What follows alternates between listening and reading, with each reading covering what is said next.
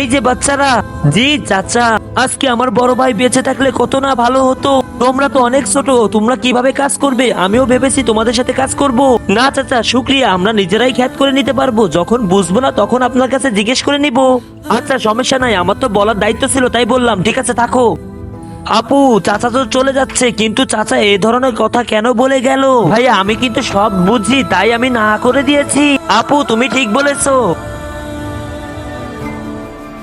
আরে এটা কি হলো, 3 বছর ধরে আমার গাছে একটা আমও ধরলো না। মাশাল্লাহ আপু, এই বছর আমাদের গাছে অনেক অনেক আম হয়েছে। হ্যাঁ ভাই, কালকে সকালে এগুলো পেরে আমরা বাজারে বেচতে যাব। হ্যাঁ আপু তুমি ঠিক বলেছো, বাসায় চলো এখন।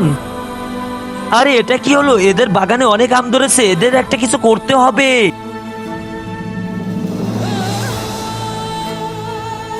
তোমরা কি আমার মতন আল্লাহকে ভালোবাসো? তাহলে এখন এই চ্যানেলটি সাবস্ক্রাইব করে কমেন্ট করে জানাও।